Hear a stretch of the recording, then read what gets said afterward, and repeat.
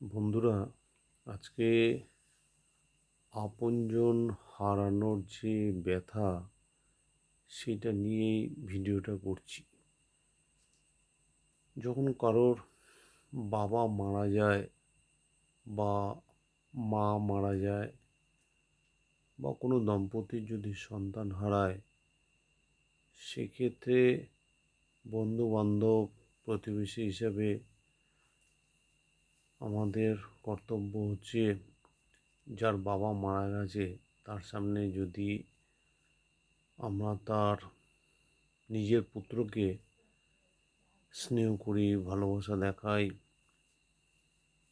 তাকে আদর করি, যে ব্যক্তির বাবা মারা গেছে সেই সময় তার ওটা দেখতে বড় কষ্ট হয়। বা যদি কারোর মা মারা গেছে এবং সেই সময় যদি কোনো রিলেটিভ বা প্রতিবেশী তার সেই সময় তার ছেলে বা মেয়েকে যদি খুব স্নেহ করে, ভালোবাসা দেখায়, তখন যে ব্যক্তির মা মারা গেছে তার ভীষণ কষ্ট হয়। এবং যে দম্পতির সন্তান মারা যায় সেক্ষেত্রে একই ব্যাপার। আমাদের তখন একটাই কাজ, তার দুঃখটাকে শেয়ার করে নেওয়া। তার সামনে অন্তত তার সেই ভদ্রলোক তার সন্তানকে স্নেহ না করে যে ব্যক্তির বাবা মারা গেছে তাকে বেশি স্নেহ করা, তার সামনে অন্তত।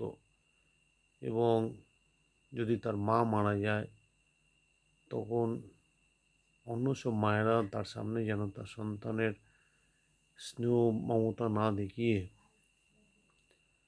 মৃত ব্যক্তিকে যেন কাছে টেনে নেয়, ভালোবাসে, তখন তাকে পুত্রের স্নেহ ভালোবাসা দেওয়া উচিত। তাহলে তার কিছুটা দুঃখ লাঘব করা যায়। আমরা তো কারোর আপনজনকে ফিরিয়ে দিতে পারবো না, তো এগুলো বড় কষ্ট। এটা আমার জীবনেও ঘটেছে।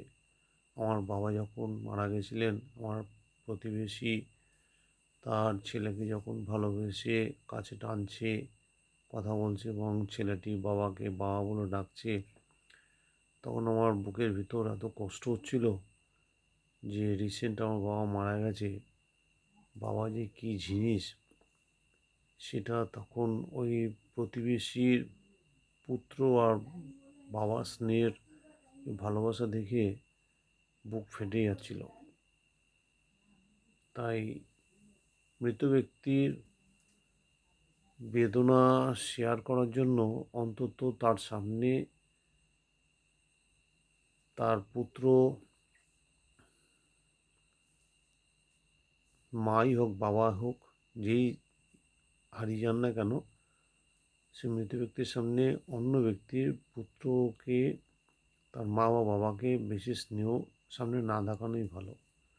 আমার ছেলের বন্ধু মারা গেছিলেন এবং তখন ওই গার্জিয়ানরা এত হতাশ, এবং আমি যখন ওদের সামনে আমার ছেলের কোনো প্রশংসার কথা বলতাম, ওরা যেন বিমর্ষ হয়ে যেত। তখন আমি বুঝতে পারলাম যে তাকে অন্তত যাতে অন্তরে ব্যথা না লাগে, সেই জন্য আমার ছেলের কোনো বিষয় নিয়ে সেসব আলোচনাই করতাম না। তো আপনজন হারিয়ে গেলে তার দুঃখটাকে শেয়ার করতে গেলে এগুলো একটু সংযত থাকলে ভালো হয়, তার ব্যথাটাকে কিছুটা শেয়ার করা যায়। যাই হোক, ভিডিওটা এখানে শেষ করছি।